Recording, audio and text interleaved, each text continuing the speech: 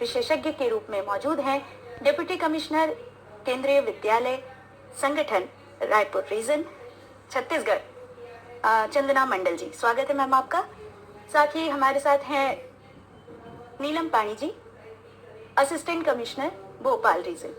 स्वागत है आपका, नवोदय विद्यालय से हैं आप। चंदना जी, मैं सबसे पहले आपसे ये जानना चाहूंगी कि स्कूल ओपनिंग को लेकर कुछ गाइडलाइंस की बारे में हम बातचीत सुन रहे हैं, तो ये क्या गाइडलाइंस है, कुछ हमारे दर्शकों को आप बताएंगे? स्कूल रीओपन के बारे में, क्योंकि सरकार ये निर्णय ले रही है कि जल्द ही स्कूल जो है खुलेंगे, पर उसके लिए अभी गाइडलाइंस बनाई जा रही हैं, ड्राफ्टिंग स्टेज पर है और ये बहुत ही जल्दी गाइडलाइंस जारी कर दी जाएंगी। ये गाइडलाइंस बहुत ही विस्तृत गाइडलाइंस हैं। ये मानव संसाधन मंत्रालय के तहत एनसीईआरटी द्वारा बनाई जा रही है और ये गाइडलाइंस में जो मुख्य जिनके की चारों तरफ ये गाइडलाइंस तैयार की जा रही हैं, जो उसमें मुख्य बिंदु हैं वो है कि सोशल डिस्टेंसिंग का कैसे ख्याल रखा जाएगा और बच्चों का स्वास्थ्य दोनों ही, फिजिकल एंड मेंटल, मानसिक स्वास्थ्य और शारीरिक स्वास्थ्य दोनों की बातों का ध्यान रखा जाएगा। काउंसलिंग सर्विसेज का ध्यान रखा जाएगा। सजगता, जो अलर्टनेस बहुत ज़रूरी है, उस चीज़ का ध्यान रखा जाएगा और इसके अलावा जो टीचिंग मेथड है वो कैसा होगा और बच्चों की लर्निंग और लर्निंग आउटकम्स, इन सब बातों का ध्यान रखा जाएगा। और दो स्टेजेस होंगे कि एक तो स्कूल खुलने से पहले स्कूल को क्या क्या तैयारियां करनी है, तो उसमें स्कूल को सारी। चंदना जी, हम इस क्वेश्चन का आंसर आपसे फिर लेंगे। हमारे कॉलर हमसे फोन के माध्यम से जुड़ गए हैं जी। Hello hello hello. हाँ जी, कौन बोल रहे हैं सर और कहाँ से बोल रहे हैं?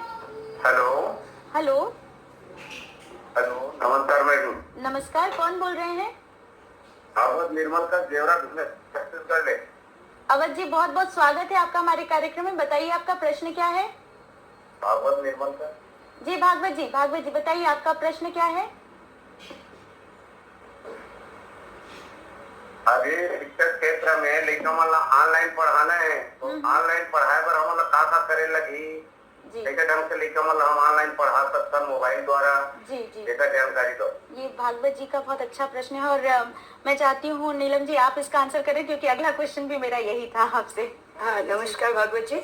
अभी ऑनलाइन के लिए ऑनलाइन क्लासेस सभी विद्यालयों में शुरू की जा रही है और इस ऑनलाइन क्लासेस के थ्रू आपको केवल एक स्मार्टफोन अगर आपके पास है तो आपको सारी सुविधाएं प्राप्त हो जाएंगी। और गवर्नमेंट सरकार ये भी कोशिश कर रही है कि सुदूर क्षेत्रों में, जो गांव के क्षेत्र हैं जहां पर की इंटरनेट फैसिलिटीज थोड़ी कम है, कमजोर भी है, वहां के लिए वो कुछ ऑनलाइन क्लासेस टीवी के माध्यम से आपके पास पहुंचाएंगे। विशेषकर चैनल्स कुछ चलाए जा रहे हैं जो कि डीटीएच में भी होंगे और अभी टाटा स्काई और डिश टीवी को भी दे दिए गए हैं। इन चैनल के थ्रू आपको वहाँ पे पढ़ाई बच्चों की ऑनलाइन कराई जाएगी और बच्चे बहुत आसानी से इनको पढ़ सकेंगे। तो स्मार्टफोन से भी पढ़ेंगे और साथ ही साथ अब टीवी के द्वारा भी सरकार इसको आगे प्रसारित कर रही है। तो आप बिल्कुल भी घबराइए मत, आपके बच्चों के लिए पूरी सुविधा ऑनलाइन पढ़ाई की जाएगी। धन्यवाद।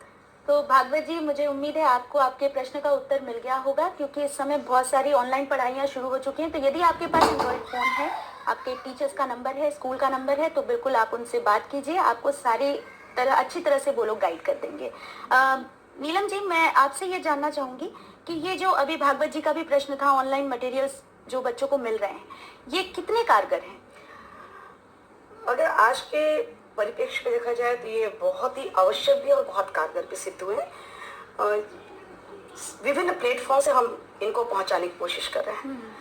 इसमें ई कंटेंट बनाए जा रहे हैं जी। विभिन्न टीचर्स जो अच्छे आईसीटी पे एक्सपर्ट टीचर्स हैं पूरे ऑल ओवर इंडिया के, उनको लेकर के ये काम किया जा रहा है। नवोदय विद्यालय समिति के डिफरेंट जो लीडिंग इंस्टीट्यूट्स हैं, नेशनल लीडिंग इंस्टीट्यूट जिसको हम ट्रेनिंग इंस्टीट्यूट कहते हैं, वहाँ पर ये कार्य कराए जा रहे हैं। साथ ही साथ दूसरे भी हैं, हमारी सिस्टर्न कंसर्न केवीएस ने भी इस पर बहुत ज्यादा काम किया हुआ है और दूसरे इंस्टीट्यूट पे इस पर काम कर रहे हैं। ये जो हमारे ऑनलाइन मटेरियल्स हम अभी जो प्रोवाइड कर रहे हैं बच्चों को, जी। उसमें व्हाट्सएप का एक बहुत बड़ा हाथ है, जो कि हर के पास व्हाट्सएप पहुंच रहा है। जी, जी। तो व्हाट्सएप के थ्रू दे रहे हैं, गूगल मीट्स के थ्रू दे रहे हैं, जूम मीटिंग करके भी हम दे रहे हैं, और ऑनलाइन क्लासेस चला रहे हैं बच्चों के पास। इसके साथ ही साथ अभी नवोदय विद्यालय समिति ने, जैसे मैंने आपको बताया, स्वयं प्रभा एक जो चैनल शुरू हुआ है, दीक्षा पोर्टल हुआ है, तो स्वयं प्रभा चैनल में अभी जैसे मैंने बताया कि टीवी का उपयोग क्या कर रहे हैं सुदूर क्षेत्रों के लिए खासकर, तो उसमें स्वयं प्रभा चैनल बहुत काम कर रहा है। इसमें NIOS की तरफ से चैनल चल रहा है, जिसमें KVS के और NVS के एक्सपर्ट टीचर्स, साथ में बाहर के भी बहुत ही उत्कृष्ट जो एक्सलेंट टीचर्स हैं वो क्लास ले रहे हैं। तो बच्चों को टीवी के माध्यम से भी पढ़ाई की जा रही है। साथ ही अभी नवोदय विद्यालय ने एक और कार्यक्रम चलाया है, उसमें स्टेप ऐप का सहारा लिया है। ये एक बहुत अच्छा ऐप है जो कि बड़े सभी शहरों में, बाकी सभी लोगों के लिए पेमेंट बेस पे है। जी, हम इसका आंसर आपसे फिर लेंगे। हमारे एक और कॉलर हमसे फोन के माध्यम से जुड़ चुके हैं। जी hello hello hello. Hello madam, नमस्कार। हाँ जी नमस्कार, कौन? हेलो मैडम, मैं डोंगरगढ़ से जसविंदर सिंह बिट्टू बोल रहा हूँ। जी जसविंदर जी, स्वागत है आपका हमारे कार्यक्रम में। आपसे निवेदन कि अपने टेलीविजन सेट का वॉल्यूम कम कर दें। जी मैं जी जी अपना जी प्रश्न। मैडम, मेरा प्रश्न ये है, अभी जरा लॉकडाउन चल रहा है, स्कूल बंद है। हाँ, कईयों बड़े स्कूल है जो प्राइवेट स्कूल है, वहाँ पर तो ऑनलाइन पढ़ाई जो करवाई जा रही है जी। लेकिन जो गरीब परिवार के लोग हैं उनके पास स्मार्टफोन नहीं है। अच्छा। इसके लिए सरकार क्या करेगी, प्राइवेट स्कूल क्या करें, कृपया विस्तृत जानकारी दें। संजना जी। जसविंदर जी, आप बिल्कुल, आपकी चिंता सही है। तो जिनके पास मोबाइल फोन नहीं है उनके बारे में भी सोचा जा रहा है, और बहुत जल्द ही ये सब उपलब्ध होगा। जैसा अभी नीलम जी ने बताया कि स्वयं प्रभा चैनल अभी जो INB मंत्रालय के साथ मिलकर अब ये टाटा स्काई, वोडाफोन, एयरटेल इत्यादि इन पर भी उपलब्ध है। और इसके अलावा बहुत ही जल्दी प्रधानमंत्री का ई-विद्या एक कार्यक्रम लॉन्च होने वाला है, जिसके तहत कि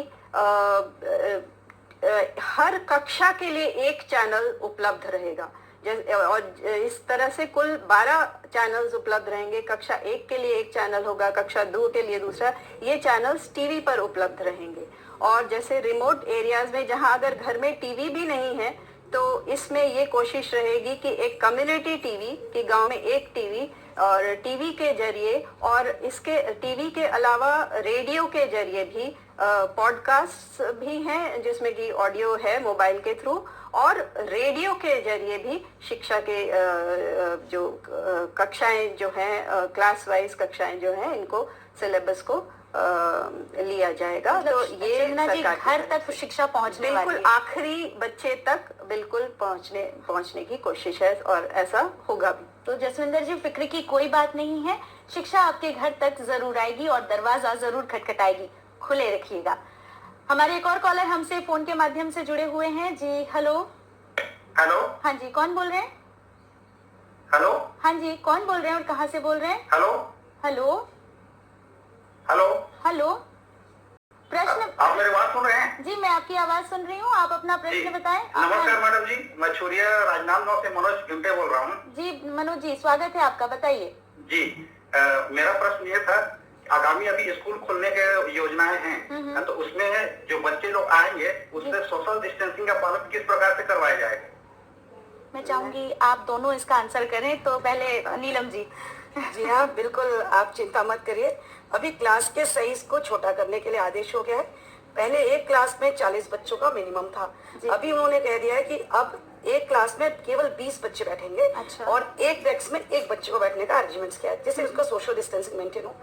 अगर मान लीजिए क्लासेस छोटी है तो उसके लिए एक जिगजैग का भी प्रावधान रखा गया है कि जो अरेंजमेंट ड्यूअल डेस्क का हो वो जिगजैग पैटर्न में हो। अच्छा। जिससे कि उसका डिस्टेंस मेंटेन रहे और बच्चे एक दूसरे से टकराए ना, या एक दूसरे के पास ना है। तो ये एक सोशल डिस्टेंसिंग के लिए एक आइडिया अभी गाइडलाइंस में हम लोग को जारी किया गया है। और ये जो भी नई गाइडलाइंस जैसे मैडम ने बताया कि आने वाली है, उसमें इसको इंक्लूड किया जा रहा है कि क्लास साइज को छोटा किया जाए। मतलब क्लास वही रहेगी, बच्चे उसमें उतने ही रहेंगे जितने की वो सोशल डिस्टेंसिंग के साथ बैठ पाए। अच्छा, मैं इसमें थोड़ा सा और जोड़ सकती हूँ कि वो गाइडलाइंस में यही आएंगी, विस्तार से हमें मिलेंगी कि केवल 30 से 50% बच्चे ही एक दिन में स्कूल आएंगे, तो वो कम बच्चे रहेंगे और जैसा मैम ने कहा 15 से 20 बच्चे एक कक्षा में रहेंगे और जहां तक हो सके दीवार के साथ, और उन कक्षाओं को स्कूल खोलने से पहले पूरी तैयारी की जाएगी। कक्षाओं को पहले सैनिटाइज किया जाएगा प्रॉपरली और बच्चों की भी उसमें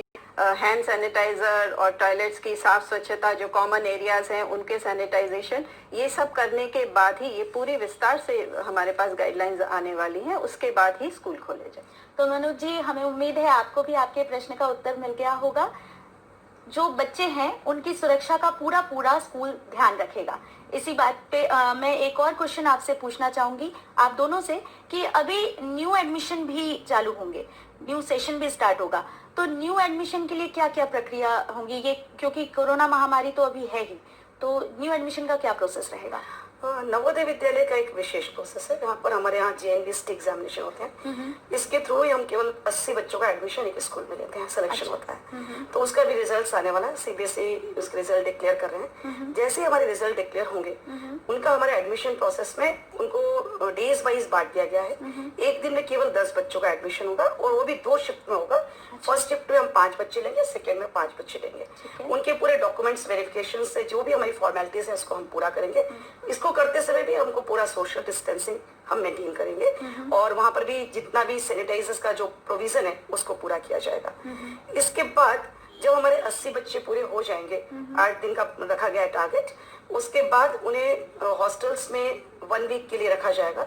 वहां पर भी सोशल डिस्टेंसिंग मेंटेन करते हुए हमारे हॉस्टल की एक डॉर्म की कैपेसिटी 20 है, लेकिन केवल 5 बच्चों को एक डॉर्मेट्री में रखा जाएगा। और वहां पर जो सैनिटेशन का प्रोग्राम है उसको भी रखा जाएगा। साथ में वहाँ पे टॉयलेट्स का स्पेशल रखा जा रहा है कि टॉयलेट्स बच्चों को डिवाइड किए जाएंगे कि कौन से टॉयलेट्स कौन से बच्चे यूज करेंगे और कितने बच्चे यूज करते हैं, उनके भी टाइम पीरियड्स दिए जाएंगे।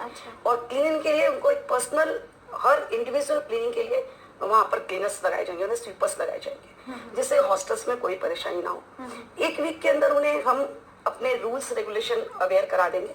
उनको जो हम सामान इशू करते हैं वो सामान हम इशू कर देंगे और बुक्स, कॉपीज, यूनिफॉर्म्स जो उनकी डेली नीड्स हैं वो देने के बाद उन्हें हम 1 वीक के बाद घर भेज देंगे और फिर 2-3 मंथ्स के बाद नॉर्मलाइज होने के बाद उनको फिर बुलाया जाएगा। ऐसा अभी प्रपोजल नवोदय विद्यालय समिति दे रहा है। चन्ना जी, आपसे इस प्रश्न का उत्तर थोड़ी देर में लूंगी। हमारे कॉलर हमसे जुड़ चुके हैं जी। Hello hello hello hello hello. हाँ जी, कौन बोल रहे हैं? हेलो। हाँ जी, हेलो, कौन बोल रहे हैं? हेलो। हेलो, आप? पंकज शर्मा बात कर रहा हूँ बिल्हा से। जी पंकज जी, स्वागत है, बताइए प्रश्न क्या है आपका? सुषमा जी, मेरा भांजा हर्ष शर्मा जो नवोदय विद्यालय का पेपर देना चाहता है 8वीं में, उसके भी 90% आए हैं।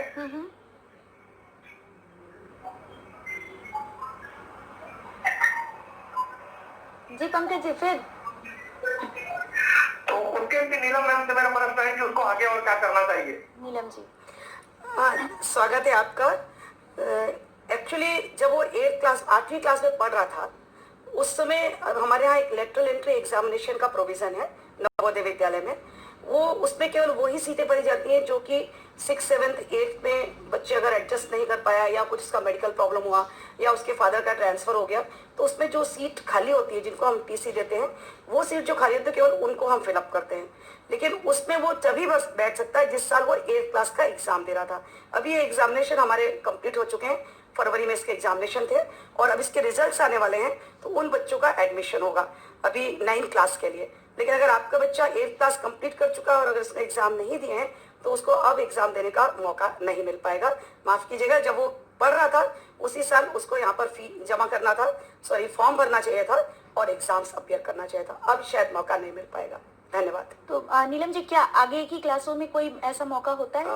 क्लास 11th में फिर एक लैटरल एंट्री एग्जाम नहीं होता, केवल एडमिशन हो रहे हैं। उसमें ऐसा देखा जाता है कि जनरली ह्यूमैनिटीज में और कॉमर्स में कुछ बच्चे कम आते हैं जी। तो उनके लिए जो सीटें खाली होती हैं उसके लिए हम केवल एक फॉर्म डालते हैं और उसमें परसेंटेज बेसिस में ले लिया जाता है। अच्छा। लेकिन इसके साथ बहुत रेयर इसकी चांसेस होती हैं।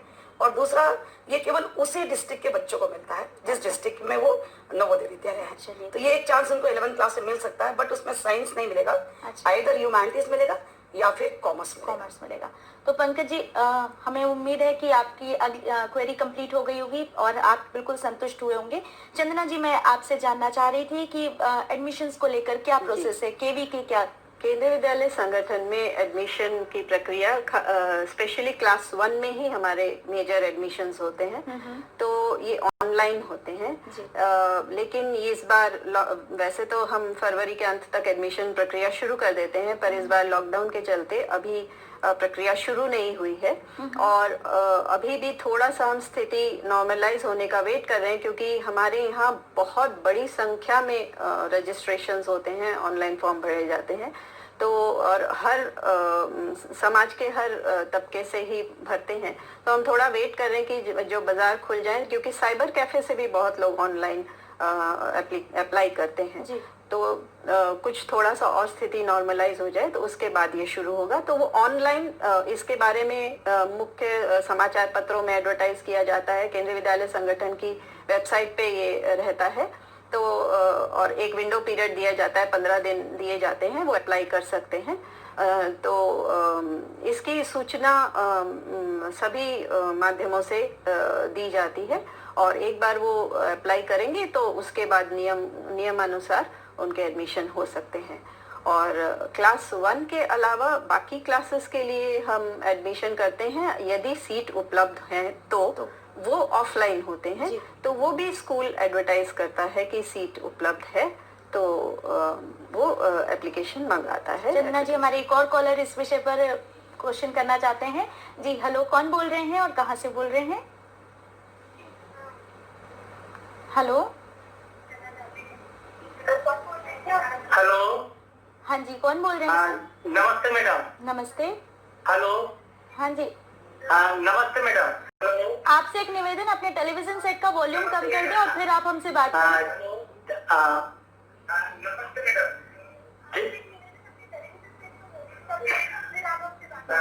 चरण सिंह मरकाम, मुसुरपुट्टा, कांकेर जिला से। जी चरण जी, बहुत बहुत स्वागत है आपका हमारे कार्यक्रम में। आपसे पूछना था मैडम कि ऑनलाइन से पढ़ाई होगा, लेकिन हमारे जो जंगली एरिया में कभी लाइट या टावर का प्रॉब्लम होता है, तो कैसे पढ़ाई करेंगे बच्चे लोग? जी, चरण सिंह जी का बहुत ही अच्छा प्रश्न है। नेटवर्क इश्यूज बहुत होते हैं, तो ऐसे इस क्षेत्र में तो और ज्यादा होंगे। तो मैं चाहूंगी चंदना जी पहले आप दें, फिर उसके बाद नीलम जी आप भी इस प्रश्न जी। ये बात हमारे संज्ञान में है कि जो ऐसे इलाके हैं, जो दूर दराज के इलाके हैं, जहाँ की कभी इलेक्ट्रिसिटी की और कभी इंटरनेट कनेक्टिविटी की समस्या रहती है, तो उसको देखते हुए ही बहुत जल्द रेडियो पर भी अब शिक्षा के ये कार्यक्रम प्रसारित होंगे और हर बच्चे तक पहुंचने का प्रयास किया जाएगा। और जल्द ही ऐसा हम मानते हैं कि जल्द ही जो स्कूल खुल जाएंगे, तो स्कूल खुलने में पर बच्चे जो हैं विद्यालय, हालांकि रोज तो शायद विद्यालय ना अटेंड कर पाए, लेकिन ऐसा हम मान रहे हैं कि हर बच्चा विद्यालय में सप्ताह में 2 दिन या 3 दिन तो आ ही पाएगा। तो ये ब्लेंडेड एक चलेगा, दोनों तरीके से, ऑनलाइन भी होगा और बच्चा स्कूल में भी क्लास अटेंड करेगा, दोनों ही तरीके से चलाना होगा। नीलम जी, आप क्या कहेंगे? नवोदय विद्यालय ने इसके लिए एक विशेष प्रोग्राम बनाया हुआ है, क्योंकि नवोदय विद्यालय में आने वाले जो छात्र छात्रा हैं वो सुदूर क्षेत्रों से ही हैं और ऐसी जगह से जहाँ पर कि नेट अवेलेबिलिटीज या लाइट की बहुत बड़ी प्रॉब्लम है। इसके लिए समिति ने अभी जितने भी ई कंटेंट हैं, जितने भी ऑनलाइन पढ़ाई होनी है, उस कंटेंट को एक टैबलेट में डाल करके और टैबलेट बच्चों को इशू कर रहे हैं, जिससे वहाँ लाइट रहे ना रहे, वो जितनी देर की लाइट आती है वो चार्ज करके कर सकते हैं और उसमें पूरा बैठ करके अपना वो पढ़ाई करेंगे। इसमें ना उनको नेट की आवश्यकता पड़ेगी और ना ही उन्हें स्मार्टफोन की आवश्यकता पड़ेगी। अच्छा। तो इस वजह से वो पूरा का पूरा जो ऐसे क्षेत्रों के लिए बहुत ही जरूरी है जहाँ पर कि इस तरह की असुविधाएं हैं, खासकर हमारे बस्तर अंचल है, हमारे दंतेवाड़ा एरिया है, सुकमा है, कांकेर का एरिया है, इन एरिया में ये बहुत ही ज्यादा आवश्यकता पड़ी। साथ ही जशपुर और सरगुजा के बहुत सारे सुदूर क्षेत्रों में इसकी आवश्यकता तो चरण सिंह जी को ये मालूम हो जाए कि जी। शिक्षा उनके दरवाजे पर पहुंच रही है, सिर्फ उनको अपने दरवाजे खुले रखना है। बिल्कुल बिल्कुल नवोदय विद्यालय इसके लिए पूरी प्रयत्न कर रहा तो है। चरण सिंह जी, हमें उम्मीद है आपको आपके प्रश्न का उत्तर मिल गया होगा। कार्यक्रम में वक्त हो चला एक छोटे से ब्रेक का, मिलते हैं ब्रेक के बाद। अरे ओ साहबा, कोरोना वायरस से बचने के कितने उपाय रे? सरदार जी। अरे साहबा, डरो मत रे, बोलो बोलो। सरदार, पहला है लोगों से दूरी बनाए रखना, बार बार साबुन से हाथ धोना या सैनिटाइज करना, और सबसे जरूरी है घर पे रहना। अधिक जानकारी के लिए संपर्क करें स्टेट हेल्पलाइन या 24 घंटे वाली national helpline toll free number 1075।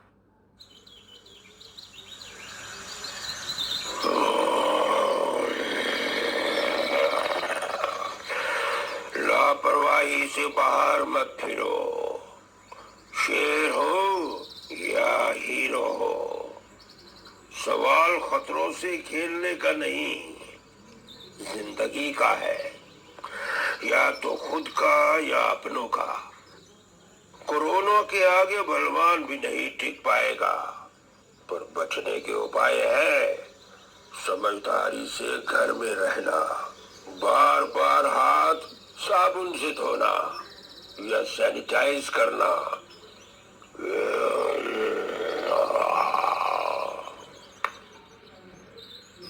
अधिक जानकारी के लिए संपर्क करें स्टेट हेल्पलाइन या 24 घंटे वाली national helpline toll free number 1075। Break के बाद स्वागत है आपके कार्यक्रम में जिसका नाम है लोकमंच। आज जिस विषय पर हम चर्चा कर रहे हैं वो है शिक्षा के क्षेत्र में एक पहल। हमारे साथ विशेषज्ञ के तौर पर हैं नीलम पाणी जी और चंदना मंडल जी। चंदना जी, मैं आपसे जानना चाहूंगी कि जो सरकार ने गाइडलाइंस तैयार की हैं उसके बारे में आप एक बार हमारे दर्शकों को फिर बता दें। जी, जैसा कि मैं कह रही थी कि गाइडलाइंस अभी जारी होंगी, अभी बन रही हैं, ये तैयार हो रही हैं। और जो ये गाइडलाइंस में दो मेन सेक्शंस हैं कि पहले तो जो स्कूल खुलने से पहले स्कूल क्या क्या तैयारी करेगा बच्चों के आने से पहले, तो उसके बारे में पूरी विस्तृत चीजें दी गई हैं। तो जैसा मैं कह रही थी कि उसमें सैनिटाइज करना, पूरा फ्यूमिगेट करना पूरे स्कूल के एरिया को, और खासकर जो कॉमन एरियाज हैं, कॉरिडोर्स हैं, टॉयलेट्स हैं और जहां बच्चे पानी पीते हैं, सो ऐसे एरियाज को, और गेट से शुरुआत करके एंट्री गेट से ही कि अगर टनल लगाना है, और उसके बाद थर्मल स्कैनिंग रहेगी, भीड़ ना होने दिया जाए, इसके लिए स्टैगर टाइमिंग्स रहेंगी। बच्चे 30 से 50% तक ही बच्चे एक दिन में आएंगे, तो उनके लिए भी स्टैगर आने की जो टाइमिंग्स हैं वो स्टैगर्ड रहेंगी, 10-10 मिनट या 15-15 मिनट के अंतराल पे रहेंगे ताकि भीड़ जमा ना हो गेट पर। और एक बार बच्चे अंदर आ जाएंगे उसके बाद भी क्लासरूम्स में भी किस तरह से सभी जितने इक्विपमेंट्स हैं, लैब्स हैं, या सब तरफ ये सैनिटाइजेशन का ध्यान रखना है, और अंतराल पे उसको करते रहना है जितनी भी देर स्कूल वर्किंग है, जितनी भी देर फंक्शनिंग है। तो ये तो है स्कूल खुलने से चंदना जी, मैं आपसे इस विषय पर और भी बात करूंगी। हमारे एक और कॉलर हमसे फोन के माध्यम से जुड़े हैं। जी हेलो। हेलो। हाँ जी, कौन बोल रहे हैं और कहाँ से बोल रहे हैं? जी, मैं अजीत कुमार बेहे बोल रहा हूँ। मैं टीचर हूँ केंद्रीय विद्यालय नंबर 2 रायपुर में। जी अजीत जी, स्वागत है आपका हमारे कार्यक्रम में। बताइए आपका प्रश्न क्या है? जी, मेरा सवाल यह है कि मैं जानना चाहता हूँ कि जैसे बच्चों को ऑनलाइन क्लासेस के लिए जरिए उनको पढ़ाया जा रहा है, क्या इनके टीचर्स की जो ट्रेनिंग होती है क्या ये भी ऑनलाइन के मोड में किया जा सकता है, ताकि टीचर्स जो न्यू टेक्नोलॉजी है जिस जरिए से बच्चों को पढ़ाना है, ऑनलाइन क्लासेस लेना है, इसके बारे में वो जान सके? ये बहुत ही अच्छा प्रश्न है। चंदना जी आप बताएं। अजीत जी। जी, अजीत जी हमारे केंद्रीय विद्यालय में शिक्षक हैं। जी बिल्कुल, ऑनलाइन ट्रेनिंग, हमारे जो ट्रेनिंग इंस्टीट्यूट्स हैं, हमारे 5 ट्रेनिंग इंस्टीट्यूट्स हैं, जोनल ट्रेनिंग इंस्टीट्यूट्स, वहाँ पे ये ऑनलाइन ट्रेनिंग शुरू हो चुकी है। और अब से आगे की, अजीत जी आप जान लीजिए, जितनी भी ट्रेनिंग होंगी सब शिक्षक ट्रेनिंग ऑनलाइन ही होने वाली है, चाहे वो क्षेत्रीय स्तर पर हो या राष्ट्रीय स्तर पर जो जोनल इंस्टीट्यूट्स में होती हैं। अभी हमारी सारी ट्रेनिंग्स ऑनलाइन ही होंगी। तो अजीत जी, उम्मीद है आपको आपके प्रश्न का उत्तर मिल गया होगा। सारी ट्रेनिंग्स ऑनलाइन ही होनी है और आप भी सीखने की कगार पर आए हैं, तो आप भी सीखेंगे और बच्चों को निश्चित रूप से अच्छा एक चीज और, शायद वो ये पूछ रहे थे कि टेक्नोलॉजी के बारे में भी ट्रेनिंग, जी वो भी हम बिल्कुल प्लान में है कि टेक्नोलॉजी शिक्षक भी सीख रहे हैं, शिक्षक के साथ हम भी सीख रहे हैं टेक्नोलॉजी को, क्योंकि अब हमें ज्यादा से ज्यादा अपनाना होगा। तो टेक्नोलॉजी की भी टीचर्स की ट्रेनिंग जो है प्लानिंग में है। ये अभी ये वेकेशन पीरियड चल रहा है, उसके बाद ये ट्रेनिंग्स की जाएगी। मैं ये कहना चाहूंगी कि कोरोना ये हमको एक नया अवसर दे नया गया, अवसर दे रहा है जो हम सीख रहे हैं। बिल्कुल, हम भी सीख रहे हैं और हमारे टीचर्स भी सीख रहे हैं, और निश्चित रूप से हम जब अच्छा सीखेंगे तो हमारे बच्चों को भी हम कुछ अच्छा